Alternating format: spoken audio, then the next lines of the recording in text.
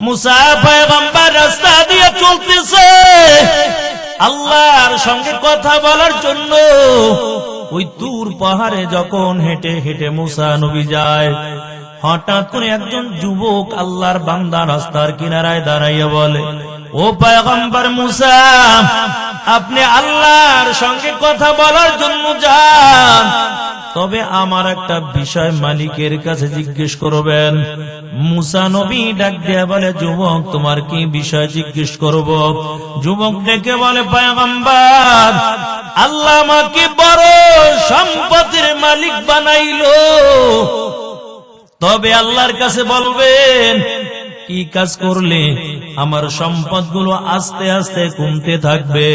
এরে আল্লাহর বান্দা, আবার যখন কিছু দূর চলে গেল, হঠাৎ করে আর একটা আল্লাহর বান্দা আল্লাহ থেকে দুইটা হাত দান করে নেয়। রে মুমিন, পা দুইটাও লুলা, এমন অবস্থায় জমিন দিয়া বান্দা গড়ায়।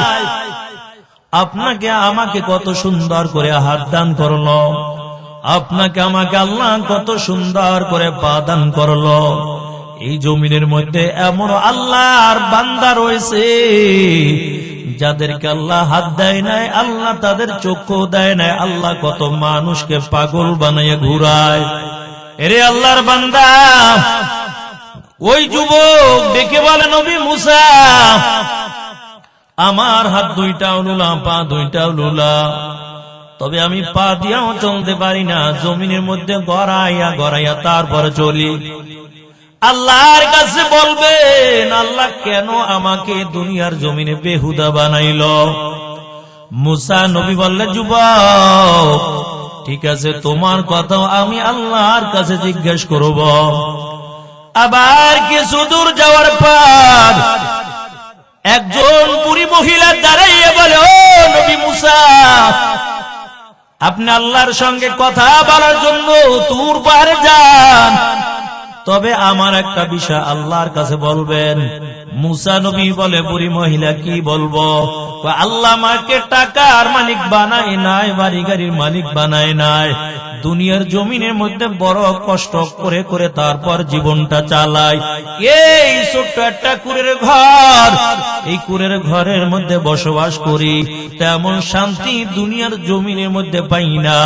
আমার চোখের নজরে কত টাকাওয়ালা দেখলাম, কিন্তু আল্লাহ কেন আমাকে গরিবে হালতে রাখলো? মুসা নবী ডাক দেয়া বলে, বুড়িমা, তোমার কথাও আমি মালিকের কাছে জিজ্ঞেস করব। ওই দূর পারে মুসা নবী যাওয়ার পর আল্লাহর সঙ্গে কথা বলা শুরু হয়ে গেল। এরে আল্লাহর বান্দা, যেই মুসাকে বলা হয় কালিমুল্লাহ, যেই মুসা আল্লাহর সঙ্গে কথা বলেছে, ওই তুর পাহাড়ে যে তারপর মুসা নবী আল্লাহর সঙ্গে কথা বলেছে। আবার যখন মুসা নবী তুর পাহাড়ে উঠবে, আল্লাহ ডাক দিয়া বলে, মুসা, তুর পাহাড়ে উঠবেন, তবে জুতা পাই দিয়া উঠবেন না, পায়ের জুতা খুলে তারপরে পবিত্র পাহাড়ে উঠবেন।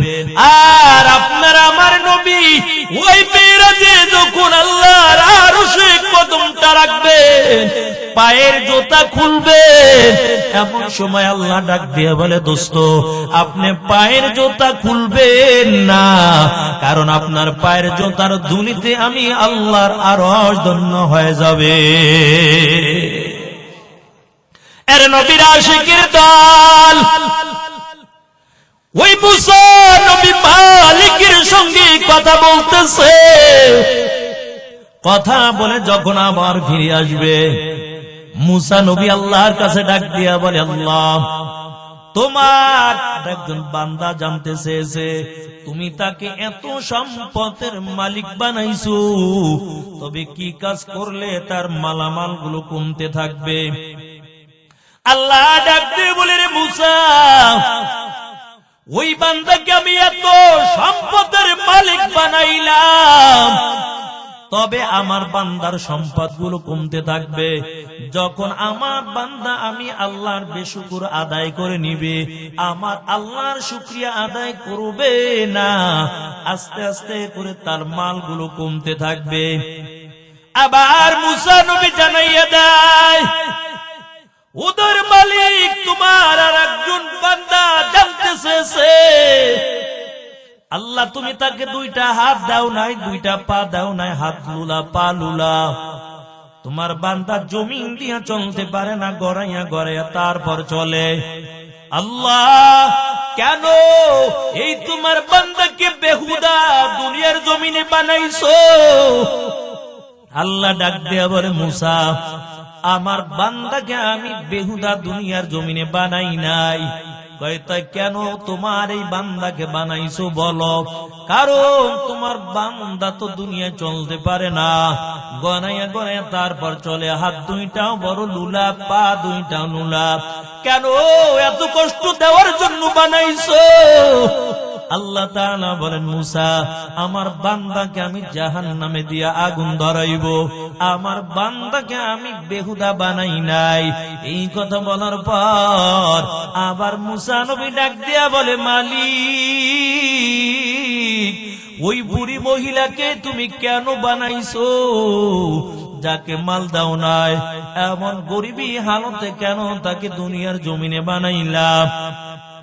আল্লাহ ডাক দিয়ে কয়ে, মুসা তবে শুনো, ওই বুড়ি মহিলাকে আমি যত আল্লাহ দেই তত বলে কই, আমার আল্লাহ তোমাকে কিছুই দেয় নাই, আল্লাহ তো আমাকে কিছুই দেয় নাই, কিছুই দেয় না, আমার তো কিছুই নাই, কিছুই নাই। আমি যত দেই শুধু বলে নাই নাই নাই, কিছুই তো নাই। আমার যত বেশুকুর করে আমার মালগুলো তত তার থেকে ছিনিয়ে নিয়ে আসি। এরে আল্লাহর বান্দা মুসা নবী আবার যখন কথা বলে আসতেছে, আল্লাহর বান্দা যুবক ডাক দিয়া বলে, ও পয়গম্বর মুসা আমার ব্যাপারে আল্লাহ কি বলেছে বলেন। মুসা নবী ডাক দিয়া কয়, এরে যুবক তোমার সম্পদ অনেক বেশি, তবে তুমি জানতে চেয়েছো কি কাজ করলে তোমার মালগুলো কমতে থাকবে। এরে যুবক আল্লাহ বলেছেন যদি তুমি তার নাফরমানি করো, বেশুকর করো, তোমার মালগুলো আস্তে আস্তে কমে যাবে। যুবক দাঁড়াইয়া বলে, পয়গম্বর মুসা আপনি সাক্ষী, ওই খোদার কসম কি আমি বললাম দুনিয়ার জমিনের মধ্যে আমি যতদিন বাঁচবো আমি আর কোনদিন আল্লাহর বেশুকর করব না, আমি কোনদিন মালিকের নাফরমানি করব না, আমি আমার জবান দিয়া মালিকের শুকরিয়া আদায় করে নিব। হামদ বেহাদ মর খুদায়ে পাকের, হামদ বেহাদ মর খুদায়ে পাকের, आके इमादत मुश्तखा के राम आके दर्रा दम दमी दे रूह राम दादा अज तूफान जतू रूह राम। एर नबीर आशिकेर दल ওই যুবক ডাক দিয়া বলে, নবী মুসা আর কোনদিন আমি মালিকের বেশুকর করব না, কারণ আমি জানতে পারলাম আল্লাহর নিয়ামতের শুকরিয়া আমি যত বেশি করব আল্লাহ তাআলা আমাকে তত বেশি নিয়ামত দান করবেন। এরে মুমিন মুসলমান, আমি কিছুদিন আগে একটা মাহফিলে গেলাম, আল্লাহর একজন বান্দা ওরা 13 থেকে 14 বছরের বয়স হয়ে গেল, ওই ছেলেটার মাথায় আমি পাগড়ি পরিধান করে দিলাম, কারণ আল্লাহর বান্দা এই 13 থেকে 14 বছর এই ছেলেটাকে আল্লাহ তাআলা 2টা চক্ষু দান করে নাই, কিন্তু অন্ধ থাকা অবস্থায় আল্লাহর কোরআন তেলাওয়াত করে করে 30 পারা কোরআন পুরো সিনার মধ্যে ঢুকিয়ে ফেলেছে। আমি ডাক দিয়ে বললাম, রে আল্লাহর বান্দা তোমাকে তো মালিক 2টা চক্ষু দান করে নাই, তবে তোমার দিলের মধ্যে এমন কোন আশা আছে কিনা আল্লাহ তো তোমাকে চক্ষু দুনিয়ায় দেয় নাই, আমরা চক্ষু দিয়া মালিকের কত কুদরত দেখতে পাই, দুনিয়ার কত নাজ না আমার চক্ষু দিয়া দেখতে পাই। এরে আল্লাহর বান্দা, তুমি কোরআন তেলাওয়াত করে করে 30 পারা কোরআন তোমার সিনার মধ্যে ঢুকাইলা, তবে তোমার দিলের মধ্যে কোনো আশা আছে কিনা? ওই আল্লাহর বান্দা ডাক দিয়া বলে, হুজুর আমার দিলের মধ্যে এমন কোনো আশা নাই। আমি বললাম, তোমার চক্ষু যদি মালিক দুনিয়ায় ভালো করে দেয় এমন দোয়া করছনি? কয় না, আমি এমন কোন দোয়া আল্লাহর কাছে করি নাই, কারণ দুনিয়ায় আল্লাহ যেহেতু কোরআনের ইলম আমার সিনার মধ্যে দিয়েছেন, আর এমন চক্ষু লাগবে না, পরকালে আল্লাহ যেন আমাকে চক্ষু দান করে দেয়, আর আমার চক্ষু দিয়া যেন আমি আমার আল্লাহকে দেখতে পাই। হর কে দারত খৌফে হক দর দিল মাদাম, জন্নতুল মাওয়া দেহদুরা মাকাম বেহেশত আযাব, কে আজারে নবাশাত কাসে রাবা কাসে কারে নবাশাত, জন্নতু দুজুক से या रब क्या करूं, আরজু হায় মাই তুঝে দেখা করা। এর নবীর আশিকের দল, আর আপনাকে আমাকে আল্লাহ কত সুন্দর চক্ষু দান করলো। চক্ষু দিয়া কোরআনটা দেখলাম না, হাত দান করলো, হাত দিয়া আল্লাহর কালাম ধরলাম না, পা দিয়েছে, পা দিয়া ওয়াজ মাহফিলে যেতে পারলাম না। এরে মুমিন, আল্লাহ যদি পরকালে ডাক দিয়া বলে, বান্দা তোমাকে তো আমি মালিক কত সুন্দর 2টা চক্ষু দিয়েছি, এই চক্ষু দিয়া কেন আমার কালামুল্লাহ দেখলা না? ওই মালিকের দরবারে দাঁড়াইয়া কি জবাব দিবা? মায়ার নবী জানাইয়া দেয়, যদিও কোরআন পড়তে পারো না, তবে কোরআনটা হাতের মধ্যে নিয়া হাতের আঙ্গুলগুলো কোরআনের আয়াতের মধ্যে টানতে থাকবা। আল্লাহর নবী বলেন, কোরআন তেলাওয়াত করলে যেই সব হইতো, ওই পরিমাণ সওয়াব আল্লাহ আমলনামার মধ্যে দান করে দিবে। 4 জিনিসের দিকে বান্দা যদি নজর দাও, আর দেরি নাই, আল্লাহ ফেরেশতার মাধ্যমে সাথে সাথে আল্লাহ তাআলা আমলনামায় নেকি দান করে দেয়।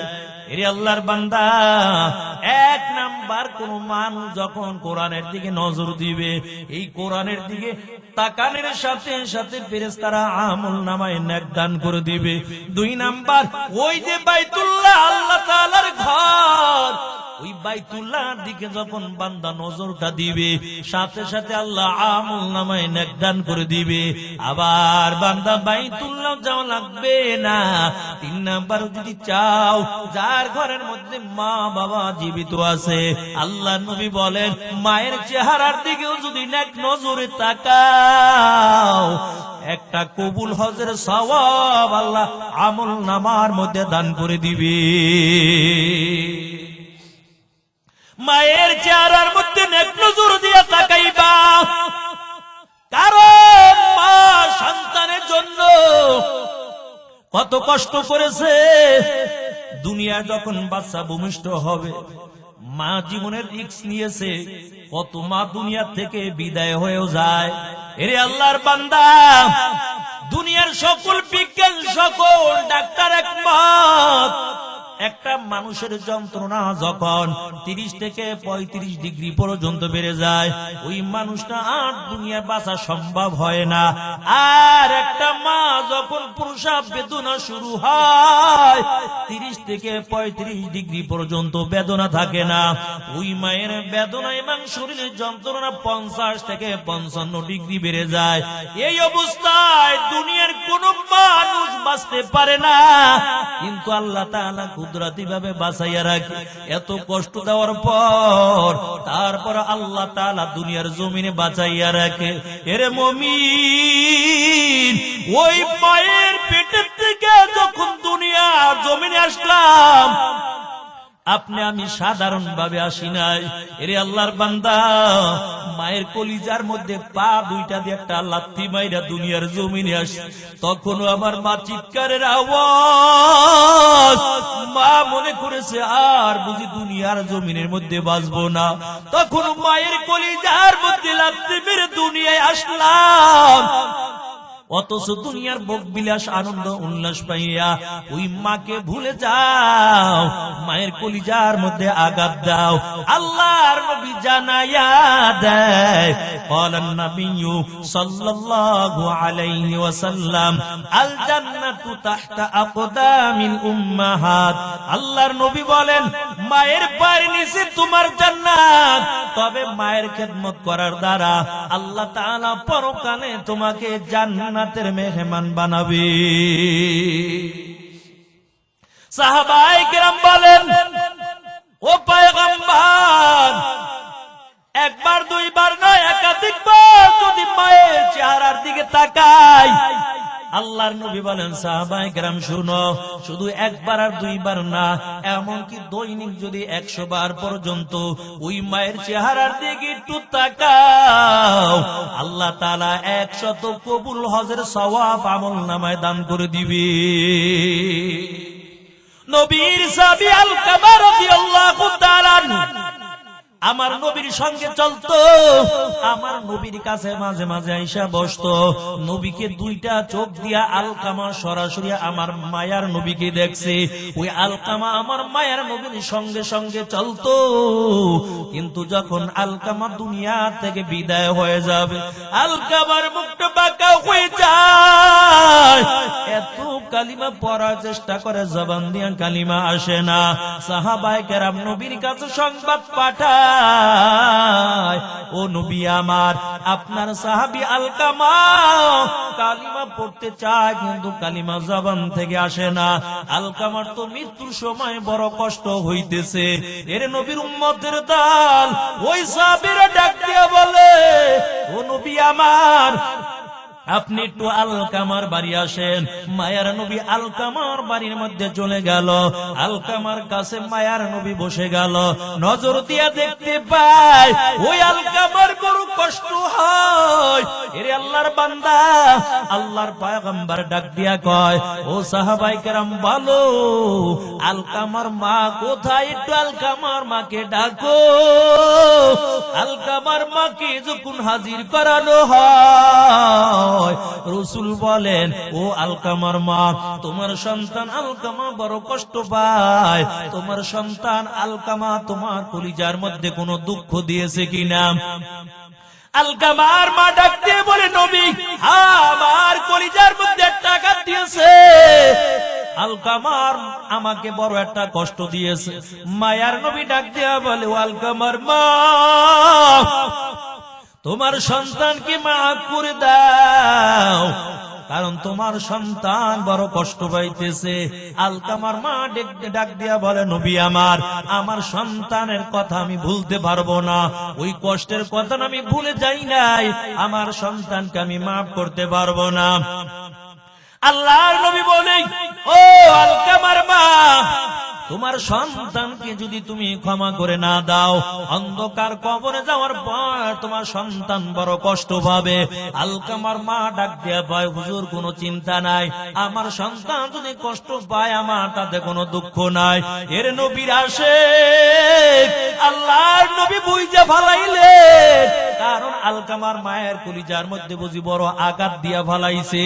আল্লাহ রাসূল ডাক দিয়া কয়, ও সাহাবায়ে কেরাম, আলকামাকে আগুন দিয়া জ্বালাইবো, লাকড়িগুলো একত্রিত করে দাও।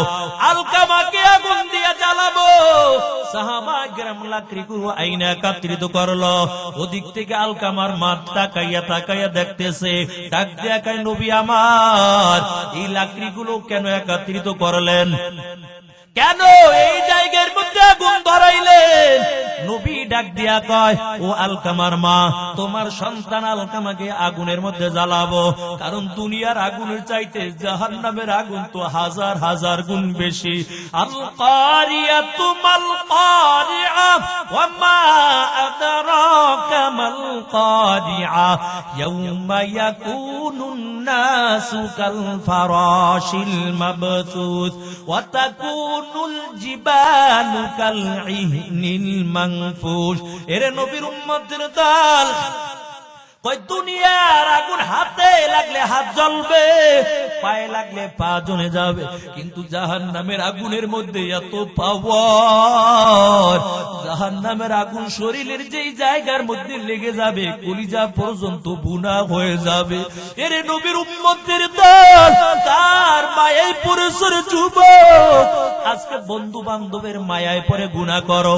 ও বুড়া বাবা জিরা পর্দার আড়ালের মাগো, একটু মনটারে বুঝাও, কয়দিন আর দুনিয়ার জমিনের মধ্যে থাকবা? এই ঘরের মধ্যে একদিন দামি দামি শাড়ি পরিয়া, কত দামি দামি দামি দামি স্বর্ণকর্ণ পরিয়া এই ঘরের মধ্যে বউ হইয়া একদিন ঢুকেছো, আনন্দের কোনো অভাব ছিল না। আবার এই ঘর থেকে একদিন লাশ হইয়া বের হইয়া যাইবা।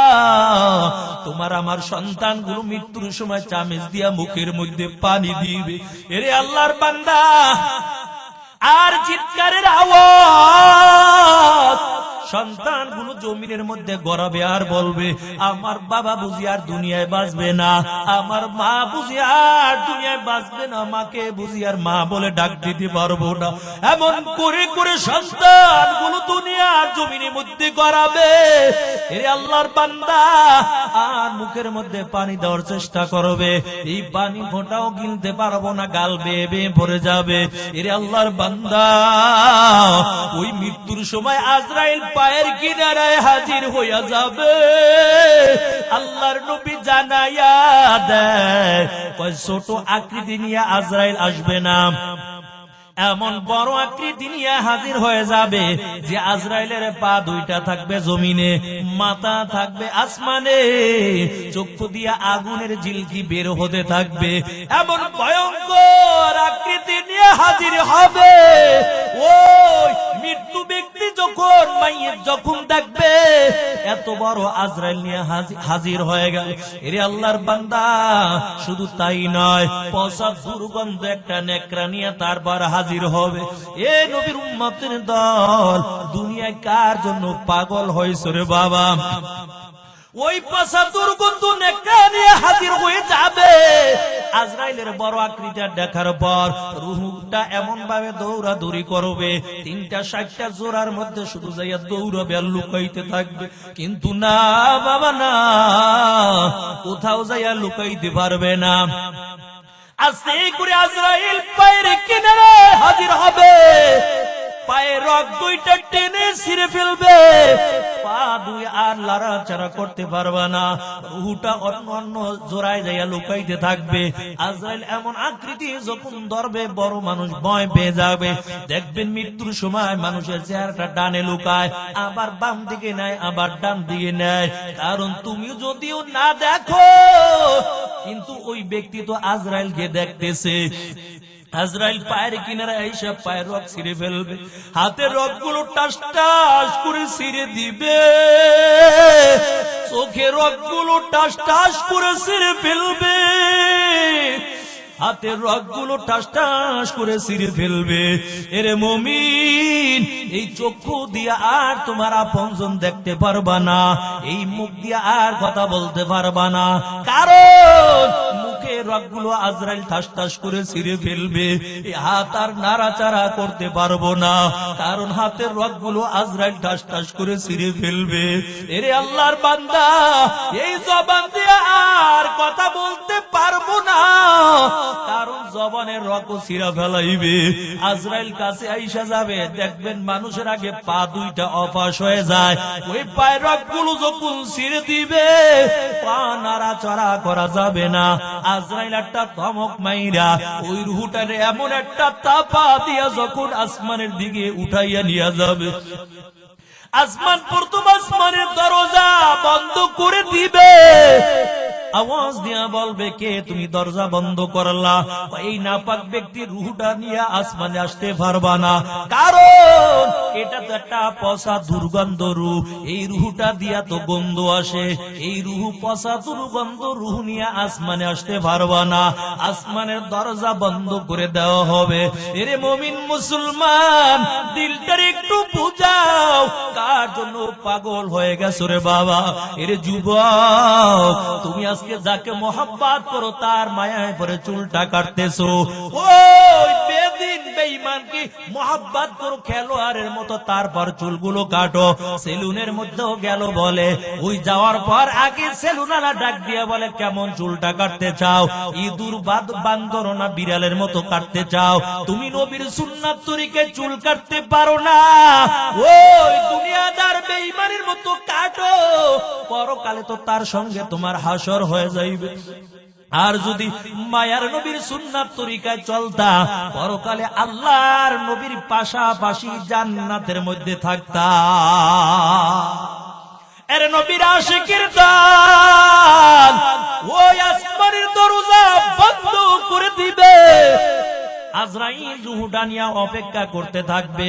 কি ব্যাপার, আসমানে উঠতে পারি না? সব ফেরেশতারা ডাক দিয়া বলবে, না না, এই পসাগান্দা রূহ নিয়ে আসমানের মধ্যে আসতে পারবা না। আজরাইল অপেক্ষা করতে থাকবে, তোমাকে আমাকে সাদা কাপড়ের প্যাকেট বানাইয়া যখন কবরের মধ্যে রাখবে। এরে মুমিন, ওই কবরের মধ্যে কিন্তু আপন কেউ নাই, ওই অন্ধকার কবর, যেই কবরের মধ্যে আলো নাই, বাতাস নাই, যেই কবরের মধ্যে দরজা নাই, জানালা নাই, এমন একটা অন্ধকার কবর, যখন মাইয়াতকে সাদা কাপড়ের প্যাকেট বানাইয়া ওই কবরের মধ্যে যখন রেখে দিবে, ওই কবরের মধ্যে রাখার পর মাটি দিয়া যখন তারা চলে আসবে, আজরাইল আবার রূহটা ওখান থেকে নিক্ষেপ করে ওই কবরের মধ্যে দিয়া দিবে। মাইয়াতের ভিতরে যখন রূহটা ঢুকে যাবে, মুনকার নাকির আস্তে করে মাথাটা উঠাইয়া বসাবে। এরে আল্লাহর বান্দা, দেখবেন যারা মানুষকে কবরের মধ্যে রাখে, কবরের মধ্যে রাইখা মাথাটা কিবলার দিকে দিয়া মাথার মুষ্টিটা কিন্তু খুইলা দিয়ে আসে। এরে মুমিন, ফেরেশতারা আইসা আস্তে করে বসাইয়া বলবে, মান রব্বুকা, তোমার রবকে বলো। তখন কিন্তু ইংলিশে বলবে না, উর্দুতেও বলবে না, তখন কিন্তু আরবি ভাষায় ফেরেশতারা বলবে, তোমার রবের পরিচয় দাও, দিনের পরিচয় দাও। মায়ের নবীর ছবিটাই না, বলবে, দেখো এই ব্যক্তিকে চেনো কিনা? বলবে, এই ব্যক্তিকে আমি চিনি না। মান রব্বুকা যখন বলবে, তোমার রবকে, বলবে, লা আদরি লা আদরি লা আদরি, আমি কিছুই জানি না, কিছুই জানি না। এরে আল্লাহর বান্দা, ওই মায়ার নবীকে চিনতে পারবে না, কারণ রাসূলের সুন্নাত তরিকায় চলে নাই, এই জন্য রাসূলকেও চিনবে না। ফেরেশতারা ওই কবরের মধ্যে যখন বলবে, আলা আদরি, আমি কিছুই জানি না, আল্লাহ ডাক দিয়া বলবে, ও জাহান্নামের ফেরেশতার দল, এই বান্দার কবরের সঙ্গে জাহান্নামের সঙ্গে একটা রাস্তা বানাইয়া দাও। ওই জাহান্নামের আগুনগুলো তাপ দাও দাও করে কবরের মধ্যে আসবে রে মুমিন, জাহান্নামের আগুনের তাপ।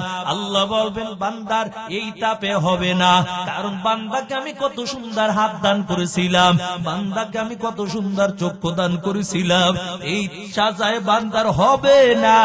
দুনিয়ার জমিনের মধ্যে আমার কত নাজ নেয়ামত খাইলো। ও ফেরেশতার দল, এই বান্দার নিচে একটা জাহান্নামের তোশক বিছাইয়া দাও, একটা জাহান্নামের তোশক বিছাইয়া দিবে। আল্লাহ বলবে, শীতের রাত্রে কত সুন্দর আরামে তোশকে ঘুমাইছে, ফজরের নামাজ পড়ার জন্য মসজিদে যায় না, এই বান্দাকে এখন জাহান্নামের একটা তোশক বিছাইয়া দাও। ওই তোশকের তুলা দিয়া হবে না, ওই তোশকের তুলা হবে না, পাথর দিয়া হবে, জাহান্নামের পাথর। যখন একটা জাহান্নামের তোশক বিছানো হবে, আল্লাহ ডাক দিয়া বলবে, ও জাহান্নামের ফেরেশতার দল, এই বান্দাকে এই জাহান্নামের তোশকের মধ্যে শোয়াইয়া দাও। যখন জাহান্নামের তোশকের মধ্যে শোয়াইয়া দিবে, আল্লাহ বলবে এই বান্দাকে এখন জাহান্নাম থেকে একটা ল্যাপের ব্যবস্থা করে দাও। ওই ল্যাপটাও দুনিয়ার কোনো তুলা দেয়া হবে না, জাহান্নামের পাথর, জাহান্নামে আগুনের পাথর দিয়া তোষক ল্যাপটা বানানো, কয়েকশো টন হবে ওই ল্যাপের ওজন। নিচেও জাহান্নামের তোষক, উপরে যখন জাহান্নামের ল্যাপ দিয়া তোমাকে আমাকে ডেকে দিবে, আল্লাহ বলবে ফেরেশতার দল, এই জাহান্নামের তোষকে বান্দাকে শুয়াইছো, উপরে জাহান্নামের ল্যাপ দিয়েছো, এখন চারো পাশ দিয়া সেলাই করে বন্ধ করে দাও। এরে আল্লাহর বান্দা হাজার হাজার বছর ধরে ধরে আল্লাহকে ডাকবে, ইয়া হান্নান ইয়া মান্নান। আল্লাহ একটা ডাকেও সাড়া দিবে না। আর দুনিয়ার জমিনের মধ্যে যদি ভুলবশত জবান থেকে আল্লাহর নামটা বের হয়ে যায়, আল্লাহর সাথে সাথে ফেরেশতাকে ডাক দিয়া বলবে, এ ফেরেশতারা বান্দার আমলনামার মধ্যে নেকি লিখতে দেরি করিও না। তাহলে বলেছিলাম চার জিনিসের দিকে বান্দা যদি নজর দেয়, সাথে সাথে আমলনামার মধ্যে নেক লেখা দেয়। মায়ের চেহারার দিকে যদি একবার নেক নজরে তাকাও, রে বাবার চেহারার দিকে নেক নজরে তাকাও, আল্লাহ তাআলা আমলনামার মধ্যে নেক লিখে দিবেন। মায়ের নবী বলেন, রিদার রাব্বি ফি রিদাল ওয়ালিদি ওয়া সাখাতার রাব্বি ফি সাখাতাল ওয়ালিদ। আল্লাহর পয়গম্বর বলেন, তোমার পিতা খুশি তো আল্লাহ খুশি, আর পিতা যদি বেরাজ হয়ে যায়, আমার মালিকও তোমার উপর বড় বেরাজ হয়ে যাবে। এই জন্য যুবক হাতে ধরে পায়ে ধরে বলে যায়, মা বাবার সঙ্গে গরম আওয়াজ নিয়ে কথা বলবা না। আল্লাহ তাআলা নিজেই বলেছেন, আমি আল্লাহর ইবাদত করার পর মা বাবার খেদমত করবা, তবে মা বাবা দুইজনে একজন যদি বেঁচে থাকে, আল্লাহ তাআলা বলেন, ও দুনিয়ার মানুষ, তবে মা বাবার সঙ্গে এমন আচরণ করবা না যে আচরণে মা বাবা কষ্ট পেয়ে জবান দিয়া ও শব্দটা বের হয়ে যায়। ও শব্দটা বের হয়ে গেলে তোমার জীবন শেষ হয়ে যাবে। আর যদি মা বাবা সন্তানের জন্য দোয়া করে দেয়, ওই দোয়ার বদৌলতে আল্লাহ দুনিয়াও শান্তি, পরকালেও মুক্তি দিয়া আল্লাহ জান্নাতের মেহমান বানাইয়া দিবে। আমার মায়ার নবীও তো বড় এতিম ছিল। কিয়ামতের ময়দানে একদল মানুষকে আল্লাহ তাআলা দাঁড় করাইয়া দিবে। আল্লাহ তাআলা বলবে, বান্দা কেন আমল করতে পারো না? ওই বান্দা বলবে, আল্লাহ কেমন করে আমল করব? আমি তো দুনিয়ার মধ্যে ছিলাম বড় গরিব, আমার টাকা পয়সা ছিল না, এই জন্য আল্লাহ তোমার ইবাদত করতে পারি নাই। আল্লাহ তাআলা বলবেন, ও বান্দা তুমি তাকাও, একটু আমার বন্ধুর দিকে একটু তাকাও, যাকে না বানাইলে আসমান জমিন নবমণ্ডল হাওয়া গন্ধম জান্নাত জাহান্নাম আমি আল্লাহ কিছুই বানাইতাম না। একটু আমার বন্ধুর দিকে একটু তাকাও, কত সুন্দর করে আমার বন্ধুকে আমি বানাইলাম। ওই বন্ধু তো ছিল বড় গরিব, না খাইয়া পেটের মধ্যে পাথর বাইন্ধে রাখছে, ক্ষুধার যন্ত্রণা আর সইতে পারে না। এই জন্য আরব দেশের পাথরগুলো তারপরে রাসূল পেটের মধ্যে বেঁধে রাখছে। তার একমাত্র কারণ পাথরগুলো হলো ঠান্ডা, যদি পেটের মধ্যে বাঁধা থাকে হয়তো একটু আরাম লাগবে, এই জন্য রাসূল পেটের মধ্যে পাথর বেঁধে রাখছে। আনাস রাদিয়াল্লাহু তাআলা বাড়িতে হাজির হয়ে যায় রাসূলের খিদমত করার পর। আনাস সন্ধ্যাবেলা বাড়ি চলে গেল, এশার নামাজ আদায় করিয়া আনাস যখন বিছানার মধ্যে পিঠটা লাগাইয়া শুয়ে গেল, আনাসের মা ডাক দিয়া বলে, আনাস বলো তুমি খাবার খাইছো কিনা বলো। আনাস ডাক দিয়া বলে, মা আমার রাসূল খাইলেও আমি খাই। কারণ এমন কথা বলে না যে মা আমি খাবার খাই নাই, তাহলে মায়ের কলিজার মধ্যে বড় ব্যথা লাগা যাইবে। এই জন্য আনাস ছোট্ট বালক ডাক দিয়ে কয়, মা আমার রাসূল খাইলে আমি খাই, আমার রাসূল না খাইলে আমি খাই না। আনাসকে আর কিছু বলে না। আবার অন্যদিন ডাক দিয়া বলে, রে আনাস বলো তুমি খাবার খাইছো কিনা? আনাস একই আওয়াজ দিয়া বলে, মা আমার নবী খাইলে আমি খাই। আনাসের পেটের দিকে যখন মা নজরটা দেয়, নজর দিয়া দেখে পেটের মধ্যে 7টা পাথর বেঁধে বেঁধে রাখা। আনাসের মা ডাক দিয়া বলে, আনাস, এই পাথরগুলো কেন বাঁধছো? এটা তো আমি কোনোদিন তোমাকে দেখি নাই। আনাস ডাক দিয়া বলে, মা, আমার রসুলকে আমি বাঁধতে দেখছি, এই জন্য আমিও পাথর বাঁধলাম। কই, কেন রসুল কেন পেটের মধ্যে পাথর বেঁধে রাখছে?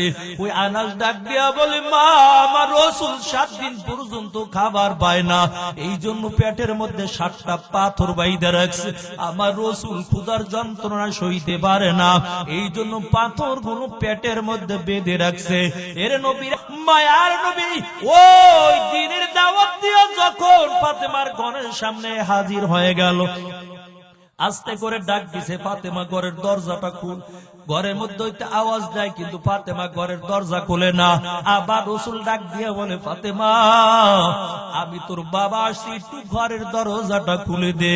ফাতেমা ঘরের দরজাটা খুলে না। আবার আওয়াজ দিয়া বলে, ও ফাতেমা, অনেক দিন হয়ে গেছে মা, তোর চেহারাটা দেখতে পারি না। এরে আল্লাহর বান্দা, যারা মদিনায় গেছেন দেখবেন ফাতেমার ঘরটা একটু দূরে, তারপর আম্মা জান আয়েশার ঘরটা ছিল, ওই ঘরের মধ্যে আপনার আমার এতিম নবী থাকতো। এরে মুমিন মুসলমান, নবী আবার ডাক দিয়া বলে, ও ফাতেমা, একটু ঘরের দরজাটা খুলো, কারণ আমি নবী তোমার চেহারা একটু দেখবো, তোমার চেহারা না দেখলে আমি রসুলের কাছেও ভালো লাগে না। ফাতেমা আওয়াজ দিয়া বলে, বাবা, কেমন করে ঘরের দরজাটা খুলবো? রসুল বলে, কেন? ফাতেমা বলে, বাবা, আমার পরনে তেমন কোনো কাপড় নাই, এমন একটা কাপড় পরিধান করলাম, একটু সতর ডাকলাম, কিন্তু ভালো করে আমি সতরটাও ডাকতে পারি না। ও বাবা, যেই কাপড় আমার পরনের মধ্যে আছে, এই কাপড় পরিধান করে আপনার কাছে আসা যাবে না। রসুলের কাঁধের মধ্যে একটা অতিরিক্ত চাদর ছিল, চাদরটা আস্তে করে দিয়া বলে, ফাতেমা ঘরের দরজাটা খোল। যখন এই চাদরটা পরিধান করে আস্তে করে ফাতেমা ঘরের দরজাটা খুলে দিয়েছে, মায়ার নবী সন্তানের চেহারার দিকে যখন তাকায়, নজর করে দেখে ফাতেমার চেহারাটাও তো বড় শুকাইয়া গেছে, ফাতেমার চক্ষু দুইটা গর্তের মধ্যে ঢুকে গেছে। আমার নবী ডাক দিয়া বলে, এ ফাতেমা, তুমি কি খাবার খাও নাই? ঘুমাও, এমন অবস্থাটা কেন? তোমার চেহারাটা বড় শুকনা দেখা যায়, তোমার চক্ষু দুইটা গর্তের মধ্যে ঢুকাই গেছে। এ মা, বল, কয়দিন তুই না খাইয়া এমন ভাবে কাটাইতেছ? ফাতেমা ডাক দিয়া বলে, আব্বাজান, একটু আমার সাথে আসেন, একটু দেখে যান, এই চুলার মধ্যে পাতিলের মধ্যে পানি দিয়ে দিয়ে আমি পানিগুলো গরম করতে থাকি। আর হাসান হুসেনকে বলি, যা বাবা, খেলার মাঠে চলে যা, খেলা করে আসবি, আমি মা তোদের জন্য খাবারের ব্যবস্থা করতেছি। ওই হাসান হুসেন সন্ধ্যাবেলা যখন হাজির হয়ে যায়, আসিয়া বলে, মা, খাবার দাও। আমি খাবার দিতে পারি না। আমার সন্তান দুইটা বলে, মা, দেখলাম তুমি খাবার রান্না করো, না জানি আমাদের 2 ভাইকে রাইখা তুমি খাবার খেয়ে ফেলেছ। ফাতেমা চোখের পানি ছেড়ে দিয়া কাঁদে আর বলে, বাবা, এখনো খাবার হয় নাই, তোরা একটু ঘুমাইয়া যা, আমি ব্যবস্থা করি। এমন করে করে 1 দিন আর 2 দিন না, 3 দিন পর্যন্ত খাবার দিতে পারি না। তবে বাবা, কি বলবো দুঃখের কথা, আমার 2টা সন্তান হাসান হোসাইন আজকে সকালবেলা আমি মায়ের পা 2টা জড়াইয়া কান্দে আর কয়, মা, খাবার দাও, মা, খাবার দাও, আর ক্ষুধার যন্ত্রণা সইতে পারি না, মা, খাবার তাড়াতাড়ি দাও। তুমি বুঝি খাবার আমাদের দাও না, একা একা খাবার গুলো খেয়ে ফেলো। ও আব্বা জান, সন্তান 2টা যখন আমি মায়ের পা জড়াইয়া কাঁদে, কেমন করে আমি মা সহ্য করব? আমি মা হইয়া তাদের মুখে খাবার দিতে পারি না। আল্লাহর নবীর চোখ বেয়ে পানির ফোঁটা জর জর করে পড়তেছে।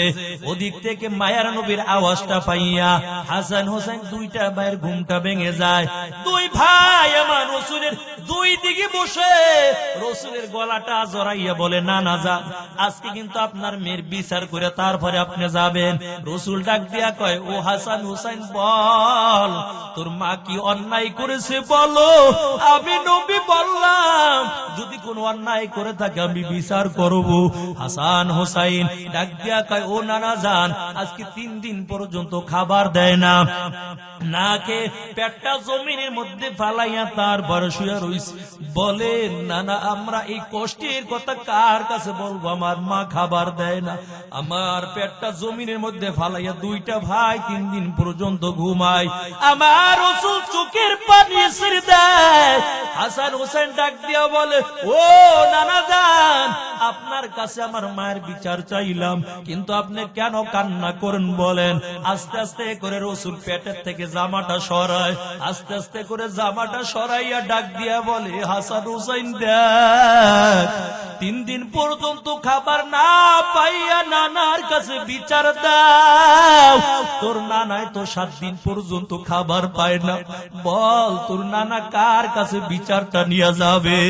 এ হাসান হোসেন 7 দিন পর্যন্ত খাবার পাই না, না খাইয়া 7টা পাথর পেটের মধ্যে বাইধে রাখছি। হাসান হোসেন বল, আমি কার কাছে বিচারটা নিয়ে যাব? তবে আমি তোর নানা আসি, খাবারের জন্য আমি ব্যবস্থা করব। আল্লাহর নবী ঘর থেকে বের হয়ে গেল, কেমন করে খাবারের ব্যবস্থা করবে? হাঁটতে হাঁটতে কিছু দূর যাওয়ার পর দেখে একটা ইহুদির খেজুরের বাগান। ইহুদি ওই খেজুরের বাগানের মধ্যে আছে। এরে মুমিন মুসলমান, নবী ডাক দিয়ে বলে, এই ইহুদি ভাই, আমাকে কিছু কাজের জন্য আমাকে কাজ দাও, যে কাজ করলে আমাকে তার বিনিময়ে কিছু দিবা। ইহুদি ডাক দিয়া কয়, ও মুহাম্মদ, তুমি আমার খেজুরের বাগানে কাজ করবা? তুমি বলে আল্লাহর একজন পয়গম্বর, তোমাকে আল্লাহ খাবার দেয় না? রাসূল ডাক দিয়ে বলে, এই ইহুদি ভাই, এত কথা বলে লাভ নাই, বলো আমাকে একটু কাজ দিবা কিনা, আমি তোমার খেজুরের বাগানে কাজ করতে চাই। ইহুদি ডাক দিয়া কয়, যদি কাজ করতে চাও, ওই যে বড় পানির গর্ত দেখা যায়, কূপ দেখা যায়, এই কূপের থেকে বালতি ভরে ভরে পানি উঠাইবা, আর 100 বালতি পানি খেজুরের বাগানে দিবা, এর বিনিময়ে আমি তোমাকে 6টা খেজুর দিব। রাসূল তো জানে হাসান হোসেন না খেয়ে শুয়ে রইছে, ফাতেমাও খাবার পায় না। আমি রাসূল 100 বালতিও যদি হয়, পানি তুলে হাসান হোসেনের মুখের মধ্যে খাবার নিয়ে যাব, কিন্তু পানি উঠায় রশি দিয়া বালতিটা ওই কূপের মধ্যে ফালায়। এমন করে আমার পানি উঠাইয়া ওই খেজুরের গাছের মধ্যে দেয়। এমন করে 1 বার পানি উঠাইলো, 2 বার পানি উঠাইলো। রাসূল হাত 2টাও তুই এত নরম, হাত 2টা লাল হয়ে গেছে। এরে আল্লাহর বান্দা, ওদিক থেকে হঠাৎ করে আবার যখন পানিটা উঠানোর জন্য ওই কূপের মধ্যে যখন বালতিটা ফালাইলো, বালতি ফালাইয়া যখন পানি নিয়ে উঠাবে, এমন সময় রশিটা টান দিয়েছে, হঠাৎ করে রশিটা ছেড়ে যায়, বালতিটা কূপের মধ্যে পড়ে গেল। আমার নবী কূপের পাশে দাঁড়াইয়া রইছে, কি করব, কেমন করে এখন আমি বালতি উঠাবো? গরম মেজাজ দিয়া ইহুদি ডাক দিয়া বলে, ও মুহাম্মদ, কেন তুমি খেজুরের গাছের গোড়ায় পানি দাও না? আল্লাহর নবী হাতটা পাইতে দিয়া কয়, এই ইহুদি ভাই হাতটা আস্তে আস্তে করে পিঠের উপর মোছার, কয়, দেখ বালতিটা তো কূপের মধ্যে পইড়া গেছে, কেমন করে আমি বালতি উঠাবো? আমি বালতি উঠাইতেও পারি না, পানিও দিতে পারি না। ইহুদি গরম মেজাজ দিয়া বলে, হে মুহাম্মদ, জলদি করে আমার বালতিটা কূপের ভিতর থেকে উঠাইয়া দাও। রাসূল ডাক দিয়া কল, ইহুদি ভাই, কেমন করে আমি বালতিটা কূপের মধ্যে উঠাবো? কথা বলতে না বলতেই হাতটা দিয়ে একটা থাপ্পড় মারছে আমার নবীজির গালের মধ্যে। যেই রাসূলের গায়ের মধ্যে জীবনে কোনোদিন একটা মশা মাছি পড়ে নাই, কারণ মশা মাছির জন্য আমার রাসূলের রক্ত আল্লাহ হারাম করে দিয়েছে। আর ওই মক্কার জমিনের বেঈমানের দল আমার নবীকে পাগল পাগল বলতো, আর ছোট্ট ছোট্ট বাচ্চাদেরকে বলতো, দেখ পাগল যায়, কে কত পারো গায়ের মধ্যে পাথর গুরু মার, যে যত পাথর মারতে পারবে তারে তত পুরস্কার দিব। ওই নবীর গায়ের মধ্যে মশা মাছি পড়া হারাম। ইহুদি হাতটা দিয়া যখন নবীর গালের মধ্যে থাপ্পড় লাগাইয়া দিছে, এই 5টা আঙ্গুল আমার রাসূলের গালের মধ্যে লেগে গেছে। আল্লাহ রাসূল হাতটা ধইরা কয়, ইহুদি ইহুদি ভাই, না জানি তুমি হাতের মধ্যে ব্যথা পাইছো, তুমি আমারে মাফ করিয়া দাও। এরে আল্লাহর বান্দা, আল্লাহর পয়গম্বর খাবার নিতে পারলো না। রাসূল ডাক দিয়া কয়, ইহুদি ভাই, আমি তোমার গাছের মধ্যে কয়েক বালতি পানি দিয়েছি, একটা খেজুর যদি হয় আমাকে তুমি দাও। আমার দুইটা নাতি হাসান হোসেন না খাইয়া শুয়া রইছে। ওই ইহুদি ডাক দিয়া কয়, মুহাম্মদ, না না, খাবার দেওয়া হবে না। আমার পয়গম্বর হাঁটতে হাঁটতে আবার ফাতিমার ঘরে চলে যায়। ফাতিমা নজর দিয়া দেখে ওই 5টা আঙ্গুলের চাপ আমার মায়ের নবীর গালের মধ্যে লাগা। ফাতিমা চোখের পানি ছেড়ে দিয়া কান্না করে আর বলে, বাবা, আপনি তো বড় ইতিম, কে আপনার গালের মধ্যে থাপ্পড় দিল? এই মক্কার জমিনের মধ্যে আপনার মা নাই, এই মক্কার জমিনের মধ্যে আপনার বাবাও নাই।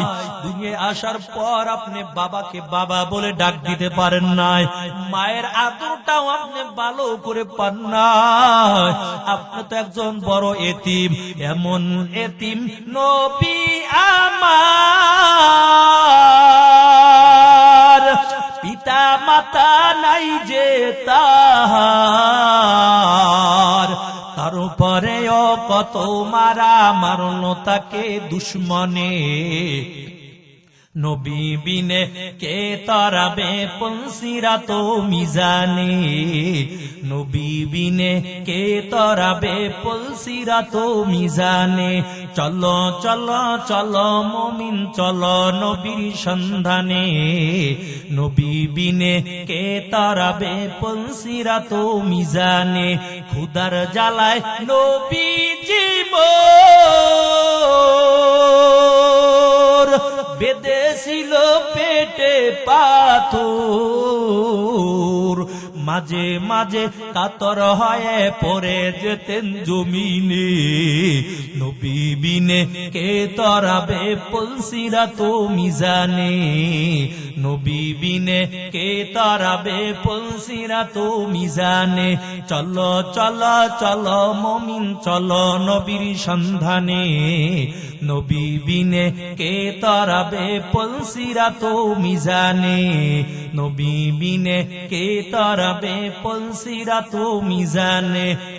ইমামুল আউয়ালিন আল আখিরিন বহরে সাদাকা রহমাতাল লিল আলামিন, সাইয়্যিদুল কাওনাইন খাতামুল মুরসালিন, আখিরা মুদবুদ ফখরুল আউয়ালিন, সদা জুদাশ রহমাতাল লিল আলামিন, মসজিদে ও শুধু হামারু ওয়ে জমিন। ওয়াম্মা আরসালনাকা ইল্লা রাহমাতাল লিল আলামিন।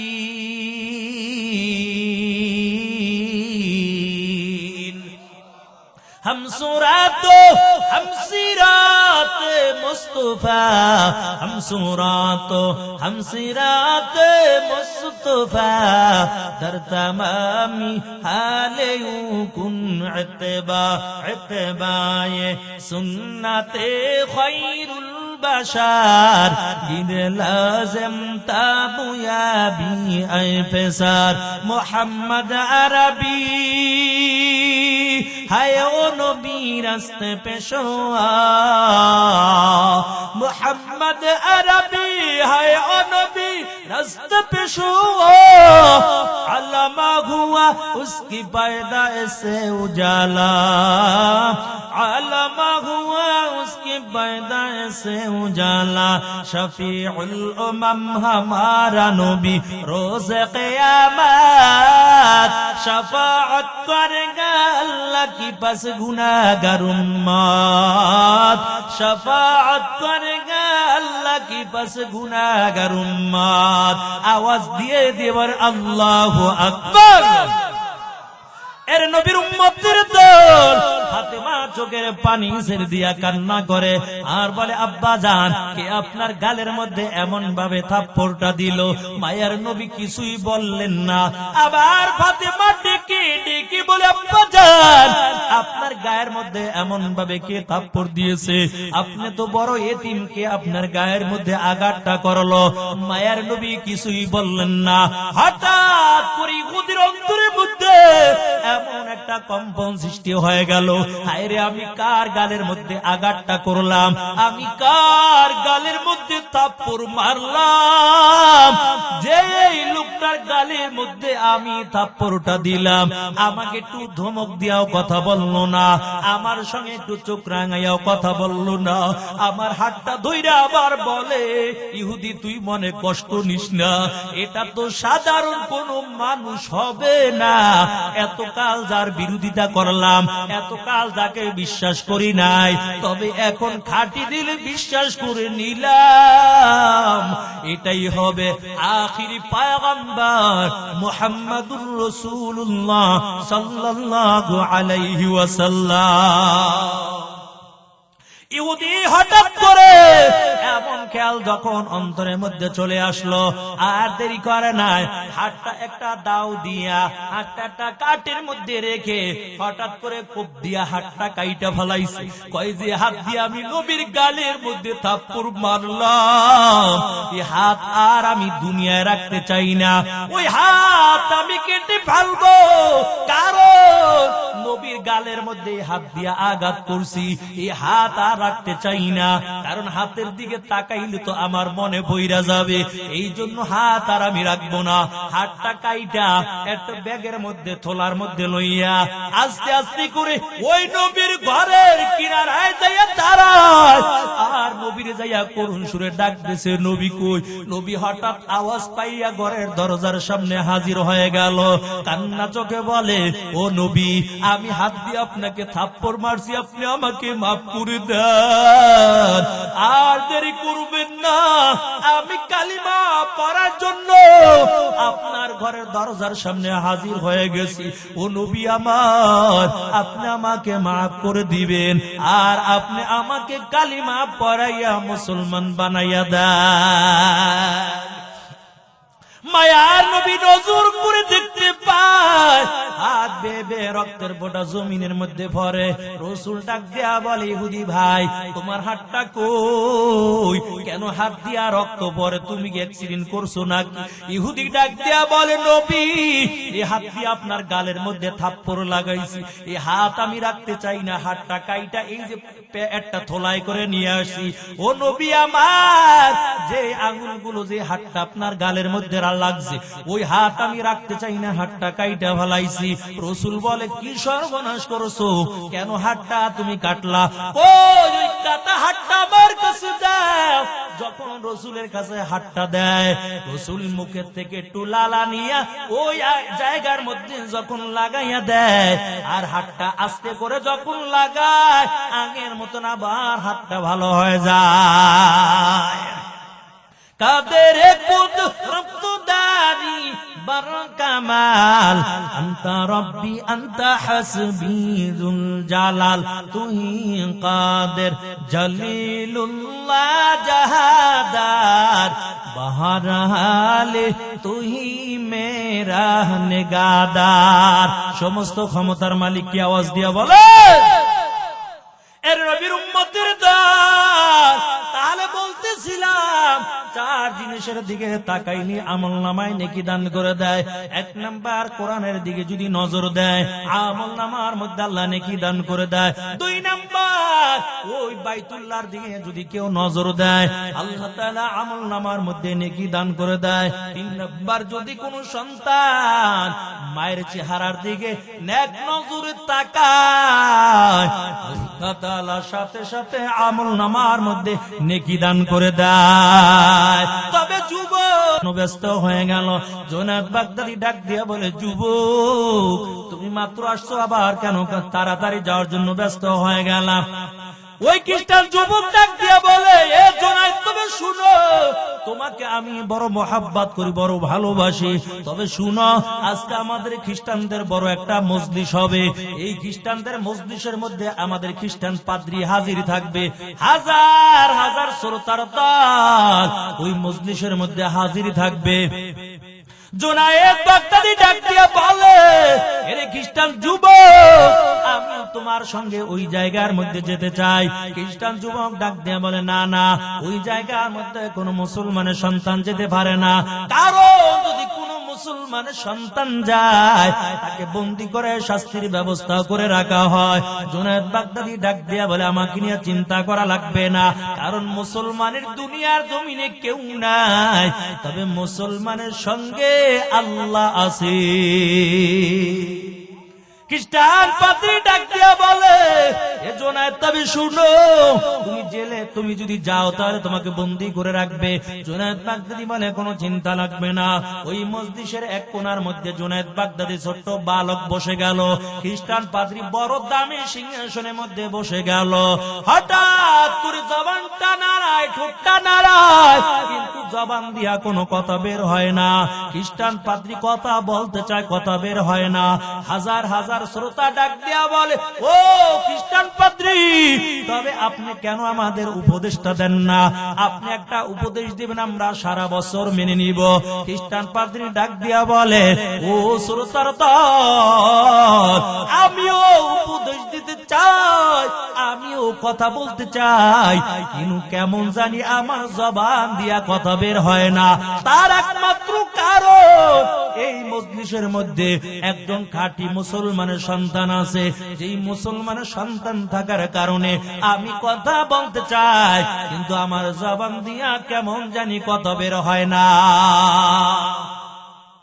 খ্রিস্টান শ্রোতার দল সব অবাক, কি ব্যাপার, কই মুসলমানের সন্তান কই, একটু দেখাইয়া দেন, আমরা তাকে বন্দী করে রাখবো। খ্রিস্টান পাদ্রী ডাক দেয়া কয়, না না, বন্দী করা লাগবে না, কারণ আমিও দিলে দিলে একজন খাঁটি মুসলমান খুঁজতেছি। একমাত্র কারণ, আমার দিলের মধ্যে কিছু প্রশ্ন জেগে গেছে, এই প্রশ্নগুলো আমি করব, খাঁটি মুসলমান ছাড়া উত্তর দিতে পারে না। এরে আল্লাহর বান্দা, তবে খ্রিস্টান পাদ্রী ডাক দেয়া বলে, ও শ্রোতার দল, ওই যে মুসলমানের সন্তান এক কোনায় বসে আছে, তাকে ডেকে আমার কাছে হাজির করে দাও। আস্তে আস্তে করে খ্রিস্টান পাদ্রীর কাছে হাজির করা হয়। ছোট্ট বালক জুনায়েদকে ডাক দিয়ে বলে, জুনায়েদ, তুমি এই জায়গার মধ্যে কেন আসছো? ওই ছোট্ট বালক জুনায়েদ ডাক দিয়া কয়, একমাত্র আল্লাহর দিন হলো ইসলাম, হলো একমাত্র আল্লাহর কাছে মনোনীত দিন। ইন্নাদ দীনা ইনদাল্লাহিল ইসলাম, মনোনীত ধর্ম হলো ইসলাম, আর বাকি যত ধর্ম আছে এগুলো আল্লাহর কাছে গ্রহণযোগ্য না। আপনারাও কালিমা পড়ে মুসলমান হয়ে যান, দুনিয়াও শান্তি, পরকালেও মুক্তি পাইয়া আল্লাহর জান্নাতে যাবেন। দিনের দাওয়াত দিয়েছে।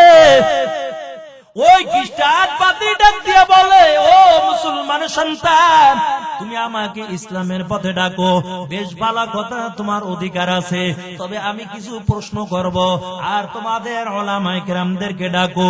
যদি প্রশ্নের উত্তরগুলো কোরআন হাদিস দিয়া দিতে পারো, আমি আর দেরি করব না, আমিও তোমার দাওয়াত পাইলাম। আর যদি প্রশ্নের উত্তর সঠিক হয়, আমিও সাথে সাথে কালিমা পড়ে মুসলমান হয়ে যাব।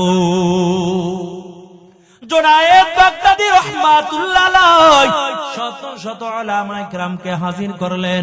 এক পাশে হাজার হাজার খ্রিস্টান শ্রোতার দল, আর এক পাশে কয়েকজন উলামায়ে কেরাম বসা।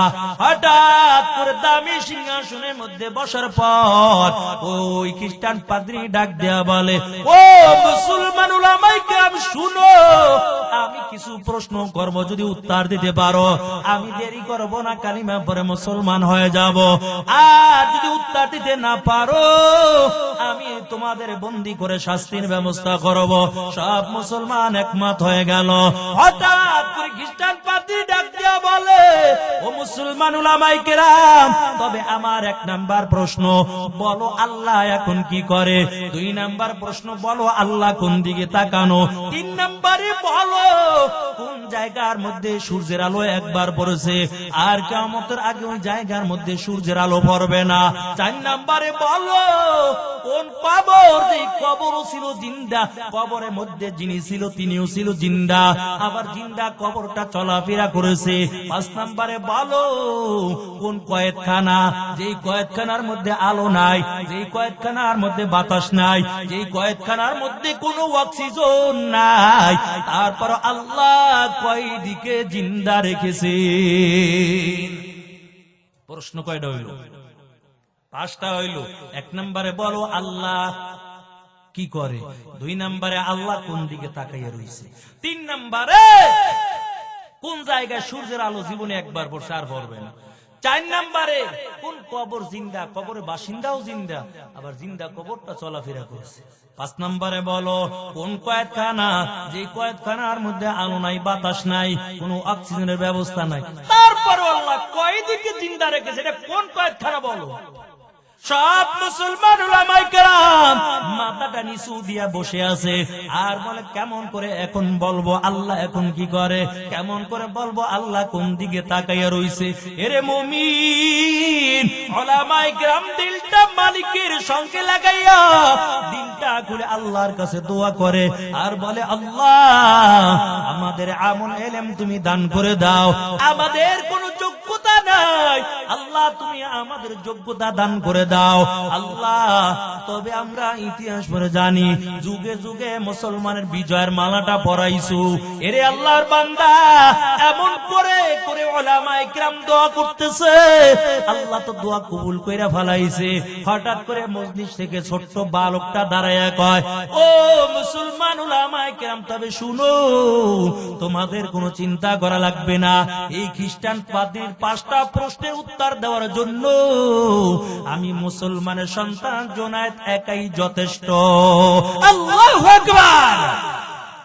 সবাই অবাক হয়ে গেছে, কি ব্যাপার, এই ছোট্ট বাচ্চা কেমন করে পারবে, কত বড় বড় বড় হুজুর আছে, এই ছোট্ট বাচ্চা কিভাবে উত্তর দিয়ে দিবে।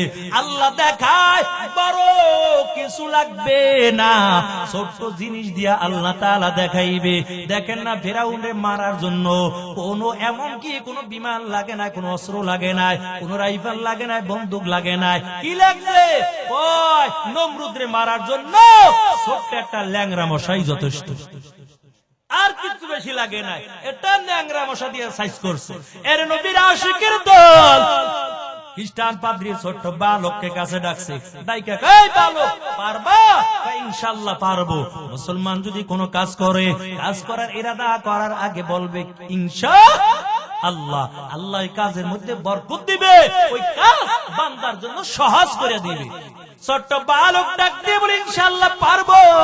এর নবীর আশিকের দল এমন সময় খ্রিস্টান পাদ্রী কয়, তাহলে উত্তর দাও আল্লাহ এখন কি করে, তাহলে বলো আল্লাহ কোন দিকে তাকানো, কোন জায়গায় সূর্যের আলো একবার পড়েছে, কোন কবর জিন্দা, এবার ওই কয়েদখানার কথা বলো। ছোট্ট বালক ডাক দিয়ে কয়, খ্রিস্টান পাদ্রী আপনি আমাকে প্রশ্ন করেছেন, আমি উত্তর দিব, তবে আমি জানতে চাই যে প্রশ্ন করে সে বড় না যে উত্তর দেয় সে বড়। খ্রিস্টান পাদ্রী ডাক দিয়ে বলে, যে প্রশ্ন উত্তর দেয় সেই তো বড়, তাহলে আপনি সিংহাসন থেকে নেমে যান, আমি এখন সিংহাসনের মধ্যে বসে উত্তর দিয়া দিব। এরে আল্লাহর বান্দা, ওই খ্রিস্টান পাদ্রী দামি সিংহাসন থেকে নিচে নেমে গেল, ছোট্ট মুসলমানের সন্তান জোনায়েদ বাগদাদী দামি সিংহাসনের মধ্যে বৈশা ডাক দিয়া বলে, ও খ্রিস্টান শ্রোতার দল, তোমাদের 1 নাম্বার প্রশ্ন ছিল আল্লাহ এখন কি করে, তবে শুনো আমার আল্লাহ এখন এই কাজটাই করেছে, তোমার মতন খ্রিস্টান পাদ্রীকে দামি সিংহাসন থেকে কানে ধইরা নিচে নামাইয়া আমার মতন মুসলমানের ছোট্ট বালক সন্তানকে আল্লাহ তাআলা দামি সিংহাসনের মধ্যে বসাইয়া দিয়েছে। وَتُعِزُّ مَن تَشَاءُ وَتُذِلُّ مَن تَشَاءُ بِيَدِكَ الْخَيْرُ।